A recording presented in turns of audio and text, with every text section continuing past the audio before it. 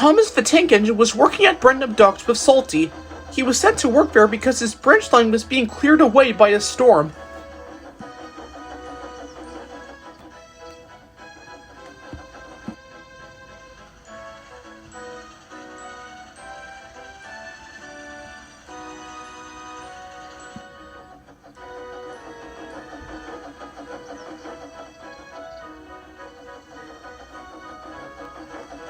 One day, Thomas jumped over to Cranky, who was going to load his flatbeds with some crates.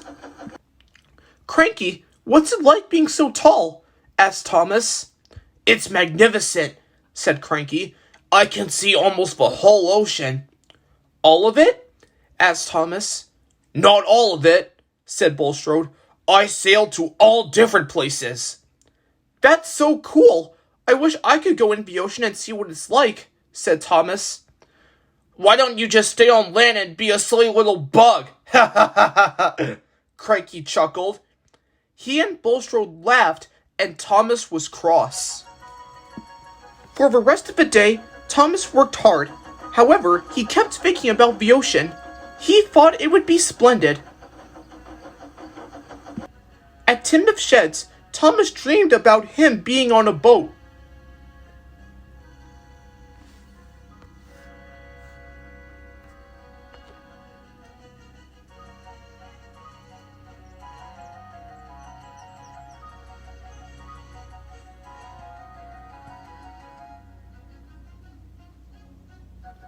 The next day, Salty was waiting for Thomas at the docks.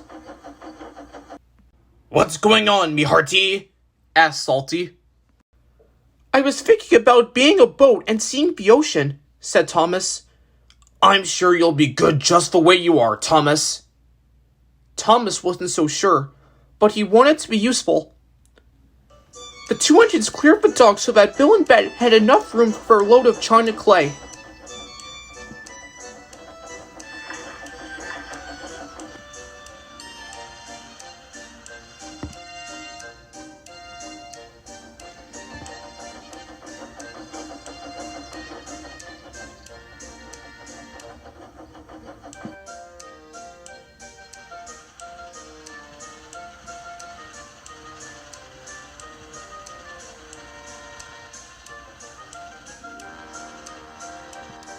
There was soon enough room for the twins, but they didn't show up. "Oh well," said Salty, "let's carry on with our work." The dock manager came up to Thomas. He had bad news. "Something is wrong with Bill and Ben. Please go and find out."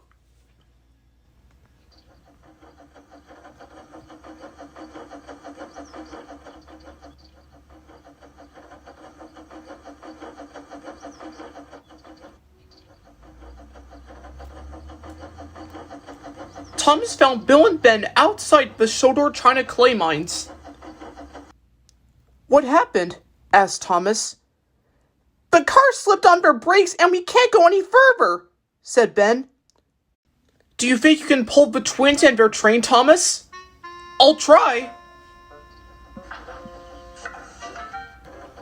And soon enough, he could.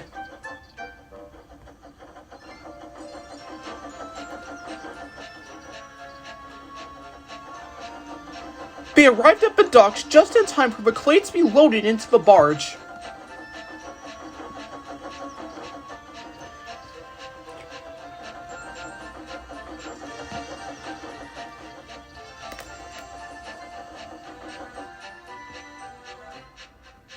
Bill and Ben thanked Thomas for his help, and Thomas was happy.